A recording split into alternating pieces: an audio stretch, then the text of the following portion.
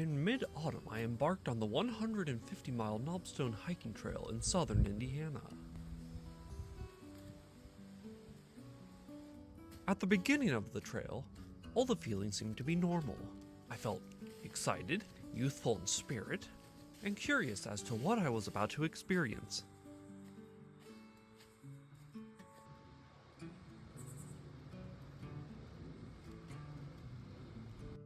It felt like any regular thru hike. I'd wake up, pack up my gear, start walking, stop for food breaks, gather water from creeks, admire nature's oddities, and set up camp, only to repeat the same thing the following day until the hike was completed. I had never been to southern Indiana, but locals had warned me about a small magical creature known as the Pukwudgie. My understanding is that the Pukwudgie is a small wild man that lives in the woods. They are said to be mischievous, even violent if bothered. They can teleport and transform into other animals. I've rarely felt any worries on my adventures. I consider myself quite comfortable in the wild. And many townsfolk have attempted to scare me in times past, but it's never amounted into anything to actually be afraid of. And so while locals told me to be weary of the Pukwudgie, I simply saw it as an old tall tale meant to scare visitors. It was the third night on trail that I heard some rustling in the nearby leaf litter. This is a common occurrence and often isn't anything more than a deer being curious or an opossum passing by. But then I heard what sounded like a chuckle, followed by the critter running away.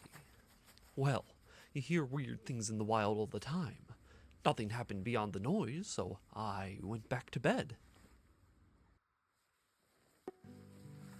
The next day was very cold, though quite lovely. The thoughts I had were around the beauty of the nature that I was encompassed by.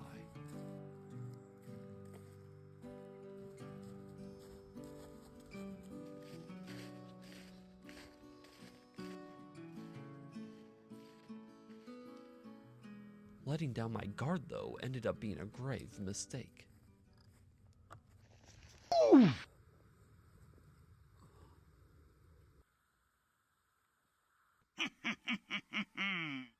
So they are real.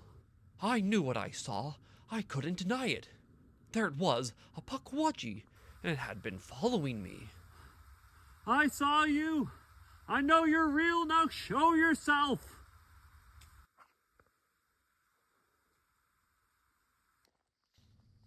The trail now had an eerie silence to it.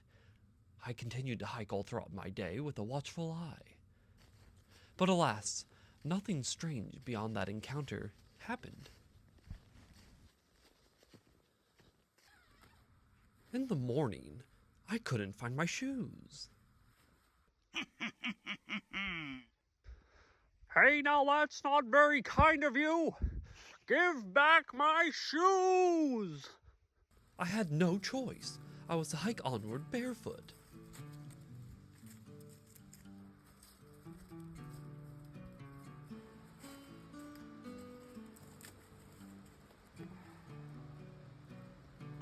Exhausted and in pain, I found refuge at the Hickory Shades Motel to rest my feet. That night I found a strange book about Pukwudgies. As I read it, it mentioned to get a stolen item back, one might leave an offering. Additionally, the book told about a young Iroquois warrior from long ago who made peace with the Pukwudgies by dancing to the song of their people. Their song was Wildwood Flower, which was conveniently found on Spotify. I left some treats outside my door, and I went to bed.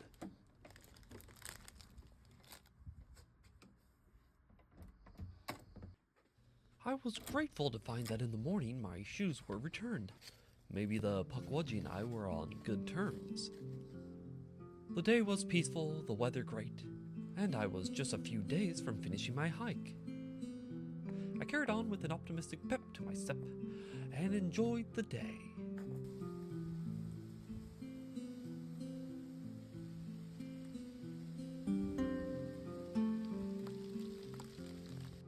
Nearing the end, I was reminiscing the journey. Despite the strange supernatural encounters, I had a wonderful hike. With just a few miles left, I strolled confidently to my finish, when suddenly in front of me on the trail was the Pukwudgie. Hey, friend. Oh, give us a dance. Oh, come on, I'm right at the end. Besides, I thought that we were friends. Dance, or I'll eat you. Knowing that now my fate was determined by a dance, I turned on the song of his people and danced like I had never danced before.